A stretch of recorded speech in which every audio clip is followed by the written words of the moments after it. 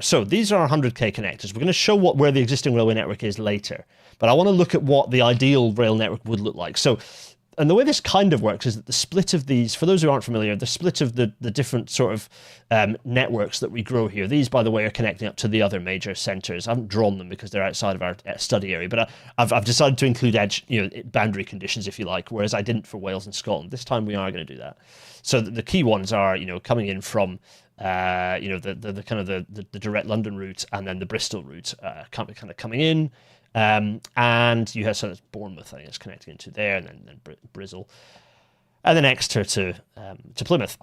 So that's the 100k connectors. So then, if we look at the 50k to 100k connectors, you can see that we have actually there's one missing there, isn't there? Let's draw this one in, because we should have this one here going from here to here. That's also connected there. So we've got the connector there kind of going between those ones. You can see there's not much extra, because all you're doing is adding in. So basically what you're looking at is, if we're talking about the complete network, then you don't need that bit. You connect from here to here. Ideally, for your ideal rail network, you'd go from there to there to there, and that would provide you one main trunk route that would do everything you need to do, except the geography is, as we'll see, a challenge to that. Okay, so let's then go for the 10k to 50k network. So this then includes, basically what we're doing is connecting up the towns that are the smaller towns, not the smallest here, but the smaller towns, and seeing what the network looks like. And you see we get this patchwork. There isn't an obvious emerging route, a core route.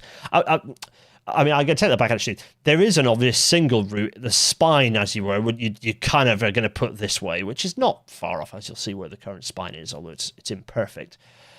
But how you deal with the fact that there is the North Devon population is an obvious challenge in joining that up. That's the fact that it's up and out, and how do you tie that into it? What's the best way to do it? Because are you just assuming that everyone's going into the core of the country and therefore you point it in this direction, or are you going straight down, straight to the rest of the network, the quickest route to the core, and therefore heading straight down to Plymouth might be an option that you would take. So it's not. We're losing the clarity of what would that network look like, and then of course this only continues when we go to the kind of the final overall network, is that you see all of a sudden that yes, there is still a generally obvious route for the higher density core, but it isn't. We have quite a patchwork across the southwest, which patchworks on a national scale are good, but on a regional scale are quite challenging, because you cannot have railways running left, right, and all over the place. What you can do, of course, is that each of these connectors should be represented by a bus route. Absolutely, certainly.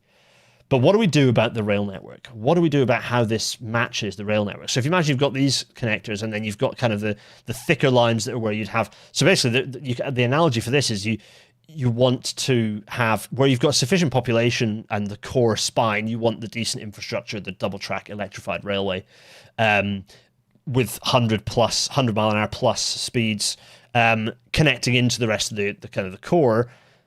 And then the rest of it, you'd then have a lower quality, 100 kilometers an hour perhaps, or maybe higher, 75, 80 miles an hour, ideally 90 perhaps, or maybe even 100 where you can, to get the rest of the network to pull it in. But you can see there is not a clear way to join up these other population centres. It's a challenge. Bude over here is a particular challenge, because it's absolutely miles from anywhere else. And so sensibly linking it into any potential project, rather than it having its own dedicated single line up to a 5,000 population town, it's difficult to just it's when I'm saying difficult to justify, I'm not talking in kind of neoliberal, we can't afford it, the business case doesn't stack up. It's more the carbon cost and the environmental impact of driving a railway to that town doesn't justify the population that's there. There are better ways to service that population, given that you also have to think about the fact there are also lots of little places that might not be 5,000 and above, so aren't on my map, but absolutely merit being connected into the public transport network, which is where buses are useful.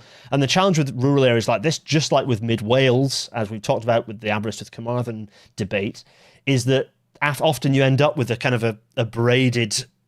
connection, not a single we can join the dots neatly between these towns, but actually you often have different towns braided apart from each other and having express routes that alternately go between them, where there's a big fan, and then they mesh in and give you the higher frequencies as you get close to the urban core, is a better way to service those populations than building a single railway that would exclude, by its very nature, some of those smaller locations. So our network isn't so clear down here, and that's before we start talking about geography. So having done that, having got that up, what about the existing railway?